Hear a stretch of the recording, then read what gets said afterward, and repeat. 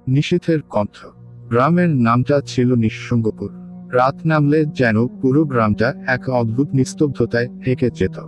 এই গ্রামেরই প্রান্তে ছিল একটা পুরনো বাড়ি, যেটাকে সবাই ভূতের বাড়ি বলে ডাকত।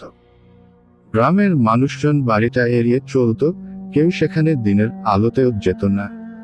কিন্তু রহিম, গ্রামের সাহসী যুবক, এসব কুসংস্কারে বিশ্বাস করত না।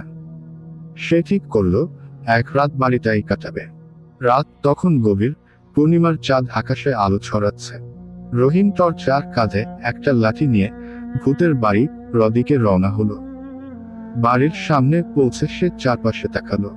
সবকিছুই স্বাভাবিক, কোনো ভয়ের কিছু নেই। সে দরজা ঠেলে ভেতরে ঢুকলো।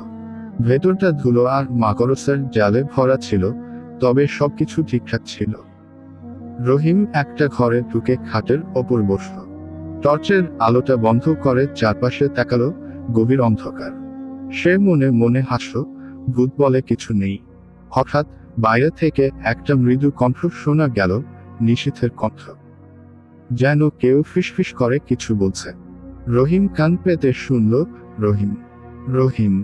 গলার স্বরটা এতটাই অদ্ভুত ছিল যে রহিমের মেরুদণ্ড বেয়ে শীতল স্রোত নেমে গেল। সে দ্রুত টর্চটা জ্বালিয়ে ঘরের চারপাশে তাকালো, কিন্তু কাউকে দেখতে পেল না। কণ্ঠটা আবার শোনা গেল, এবার আরো কাছ থেকে, রহিম। ভয়ে কাঁপতে কাঁপতে রহিম দরজা খুলে বাইরে বেরিয়ে এলো। চারদিকে কোনো প্রাণের চিহ্ন নেই, শুধু বাতাসে পাতার শব্দ। কিন্তু গলার স্বরটা থামল না। কণ্ঠটা এবার একদম তার পাশে, রহিম, তুমি পালাতে পারবে না। রহিম দৌড়ে গ্রামে ফিরে গেল, কিন্তু যতই দৌড়াচ্ছে, কণ্ঠটা তার সাথেই চলছে। গ্রামের মাঝখানে এসে হঠাৎ কণ্ঠটা থেমে গেল। রহিম হাঁপাতে হাঁপাতে চারপাশে তাকালো। তখন গ্রামের সবচেয়ে বয়স্ক মানুষ, দাদু সাহেব, তার দিকে এগিয়ে এলেন। রহিম সব খুলে বলল। দাদু সাহেব ধীরে ধীরে বললেন, নিশীথের কণ্ঠ।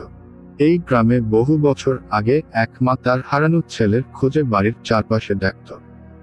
ছেলেটা একদিন হারিয়ে গিয়েছিল, আর কখনো ফিরে আসেনি।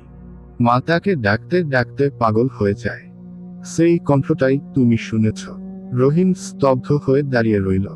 তবে সেদিন থেকে সে আর কখনো সাহস করে রাতের বেলায় বাইরে বেরোয়নি।